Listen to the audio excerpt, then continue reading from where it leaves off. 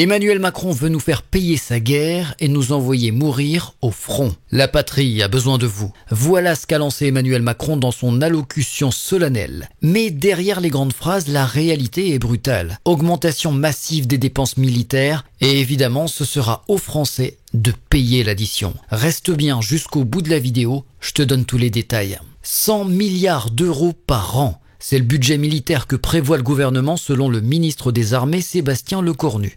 Une somme colossale qui signifie moins d'argent pour les services publics, l'éducation, la santé.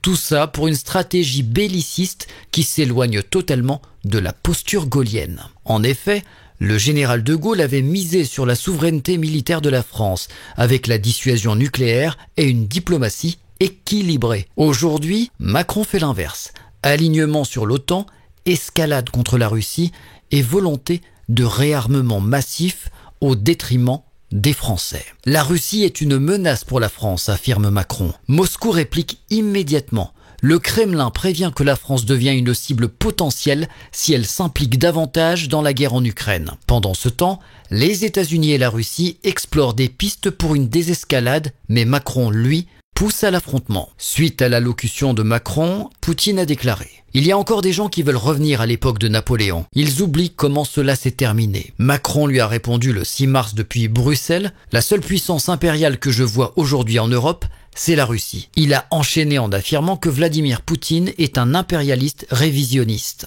Peut-être, mais toi Macron, tu es un révisionniste. Et ce n'est pas tout, les dirigeants européens réunis jeudi 6 mars en sommet à Bruxelles ont donné leur feu vert au plan Réarmer l'Europe proposé par Ursula von der Leyen. L'objectif, mobiliser 800 milliards d'euros, dont 150 milliards en prêts pour renforcer les capacités de défense du continent. Un projet titanesque qui risque encore d'alourdir la dette et de ponctionner les États européens, dont la France. Et comment financer cette folie sans augmenter les impôts ?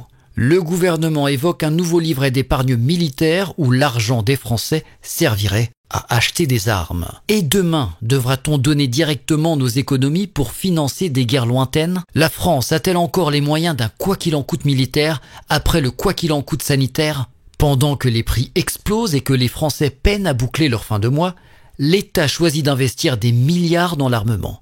Sommes-nous prêts à sacrifier notre niveau de vie pour une politique d'escalade guerrière ? Est-ce que l'attitude va-t-en-guerre de Macron va nous emmener inévitablement à affronter la Russie ? Et toi alors, quel est ton avis sur la question ? Est-ce qu'Emmanuel Macron a raison ou faut-il en urgence le destituer ? Si tu as regardé la vidéo jusqu'au bout, n'hésite pas à écrire en commentaire « Macron vide les caisses pour la guerre ».